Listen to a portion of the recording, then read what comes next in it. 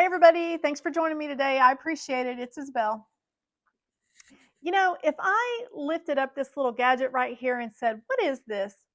Everybody would say, "Well, duh, that's an ink pen." Right? We all know this is an ink pen. But knowledge is knowing this is an ink pen. Wisdom is actually knowing what to do with this, how to pick it up and actually write with it, to use it to better our lives, to actually do something with it to make our life easier.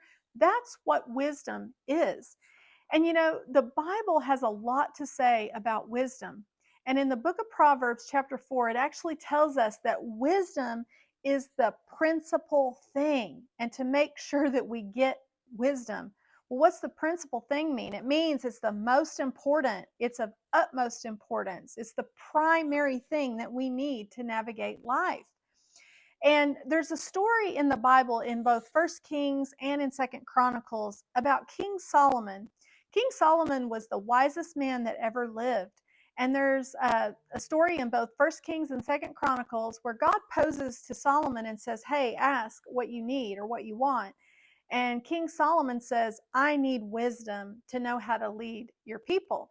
And God was so pleased with that question, that he wanted wisdom and not riches or honor or glory, that he blessed him with both. And King Solomon was actually the wisest and richest man that ever lived. And we're going to read several Proverbs today. I would encourage everyone to go read the book of Proverbs because there is so much good stuff in there about this topic. And also Proverbs has 31 chapters. So in your quiet time in the morning, if you were to read one chapter a day, you would have the whole book read in a month, and you would really be blessed by it. So I want to read first chapter 4, verse 9, where it talks about wisdom being the primary or principal thing that we need. So wisdom is the principal thing, it says. Therefore, get wisdom. And in all you're getting, get understanding. Exalt her, wisdom, and she will promote you. She will bring you honor when you embrace her. She will place on your head an ornament of glory. A crown of glory she will deliver to you. So, isn't that awesome? This is what getting wisdom will do for us. Okay, also, there's several attributes listed that wisdom will give us, will bless our lives with, if we lay a hold of this. And in Proverbs chapter 2, verse 10 and 11, it actually says wisdom will help us exercise discretion, meaning it will make us a lot less reactionary. We won't be so likely to step in those snares and traps of the enemy when we have wisdom.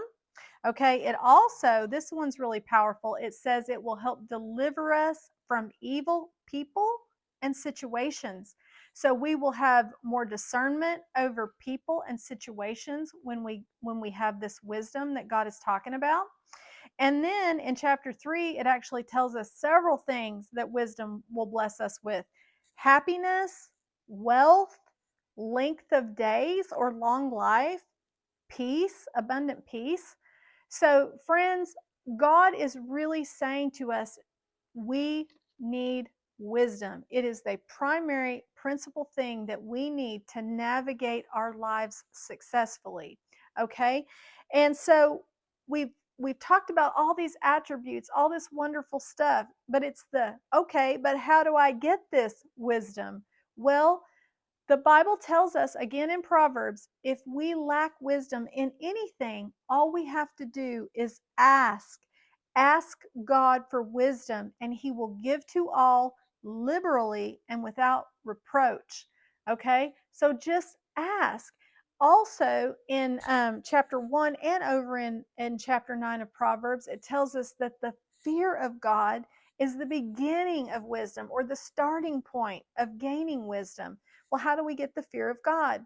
Well, it all goes back again to that secret place where we commune with God on a regular basis and get in our word and really digest the word of God. Everything always goes back to that. So, your intimate time with God, you will begin to develop a healthy respect and a reverent fear of the Lord. And that's where wisdom starts. Also, in Proverbs 16, it tells us that the gray-headed people are wise. So meaning that age and just life experience, going through things, actually gains us wisdom.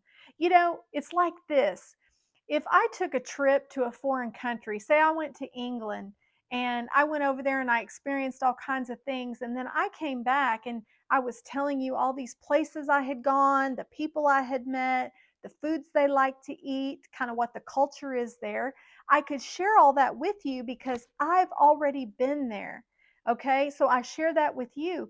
Well, that's how it is with wisdom and the wisdom that age brings you. Always respect the gray-haired people. I tell you guys, they've already been through a lot of these things in life because there's nothing new under the sun, and we can gain a lot of wisdom from them, and they can help us to avoid a lot of pitfalls in life by telling us their stories and how they came through things. And guys, it's so important. Okay, Proverbs chapter 16, the gray haired people have a lot of wisdom. So, this is how we gain the wisdom. And there's so many attributes to wisdom. And I would really encourage you to go read the whole book of Proverbs and just find out what it has to say about it. You'll be so blessed that you did. Wisdom is the principal thing. Get it. This is a pen. We all know it's a pen, but knowing how to use this pen is wisdom. I love you guys. Thanks for watching, and I'll see you next week.